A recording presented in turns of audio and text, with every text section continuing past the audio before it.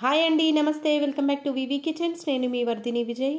ఈరోజు మన కిచెన్లో ఉగాదికి అందరూ తప్పకుండా ప్రిపేర్ చేసుకునేటటువంటి ఉగాది పచ్చడిని పాతకాలం పద్ధతిలో ఈజీగా ప్రిపేర్ చేసుకునే ప్రాసెస్ని చూపించబోతున్నానండి. ఈ ఉగాది పచ్చడి రుచి చాలా బాగుంటుంది. తాగడం కనుక మొదలుపెట్టినట్టయితే ఒక గ్లాస్తో ఆపడం మాత్రం మీ వల్ల కాదండి. ఎంతో రుచిగా ఈ ఉగాది పచ్చడి అనేది ఉంటుంది. ఈ ఉగాది పచ్చడిని ఉగాది రోజు తీసుకోవడం వల్ల ఎన్నో హెల్త్ బెనిఫిట్స్ కూడా మన ఆరోగ్యానికి లభిస్తాయి.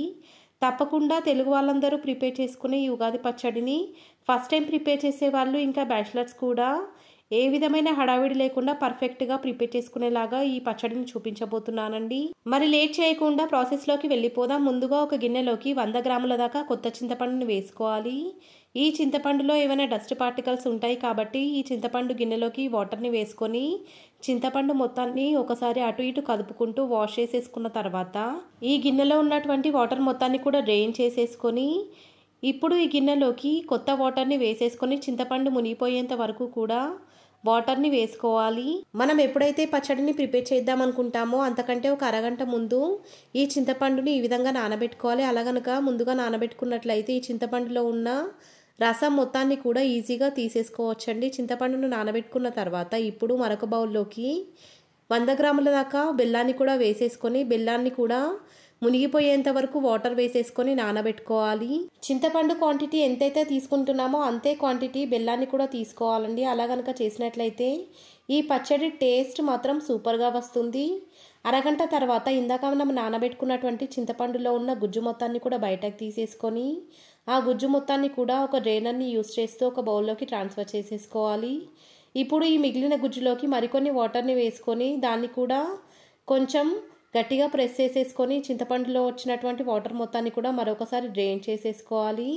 చింతపండు వాటర్ మొత్తాన్ని కూడా ఈ బౌల్లోకి వేసేసుకున్న తర్వాత ఇందాక మనం నానబెట్టుకున్నటువంటి బెల్లం మొత్తం డిజాల్వ్ అయిపోయి ఉంటుంది కాబట్టి ఆ బెల్లాన్ని కూడా ఈ డ్రైనర్లోకి వేసేసుకున్న తర్వాత పుల్లగా ఉన్నటువంటి మామిడికాయని సన్నని ముక్కలుగా కట్ చేసుకొని ఆ పీసెస్ని కూడా ఈ గిన్నెలోకి వేసేసుకున్న తర్వాత వేప పువ్వుని కొంచెం తీసుకొని దాన్ని వాటర్తో వాష్ చేసేసుకున్న తర్వాత వేప పువ్వును కూడా ఈ పచ్చడిలోకి వేసేసుకోవాలి. వీటితో పాటుగా 1 టేబుల్ స్పూన్ దాకా పెప్పర్ పౌడర్ని కూడా వేసుకున్న తర్వాత ఆఖరి ఇంగ్రీడియంట్ అయినటువంటి సాల్ట్ని కూడా రుచికి తగినంత వేసేసుకోవాలి. నేను ఈ ఉగాది పచ్చడిని ప్రిపేర్ చేసేటప్పుడు కల్లుప్పును వాడుతున్నానండి.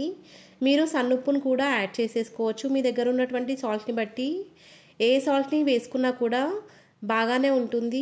ఇప్పుడు ఈ ఇంగ్రీడియంట్స్ అన్నీ కూడా ఒకదానితో పాటు మరొకటి కలిసిపోవడానికి మిగిలిన ఇంగ్రీడియంట్స్ అన్నీ కూడా కరిగిపోవడం కోసం వీడియోలో చూపిస్తున్నట్టుగా ఈ పచ్చడి మొత్తాన్ని ఒక స్పూన్ని యూస్ చేస్తూ పైకి కిందకి అటు ఇటు కలుపుకుంటూ ఉండాలి. ఇలా కనుక చేసినట్లయితే ఉగాది పచ్చడి మొత్తం కూడా ఒకదానితో పాటు మరొకటి డిజాల్వ్ అయిపోయి టేస్ట్ సూపర్గా మారుతుంది. ఇలా ప్రిపేర్ అయినటువంటి పచ్చడిని కొత్త కుండలోకి వేసుకొని దేవుడికి నివేదన చేసి మీరు తాగేయొచ్చండి. కొత్త కుండలో కనుక ఈ పచ్చడిని వేశారంటే చాలా చల్లగా అవ్వడమే కాదండి, రుచి కూడా చాలా బాగా ఉంటుంది.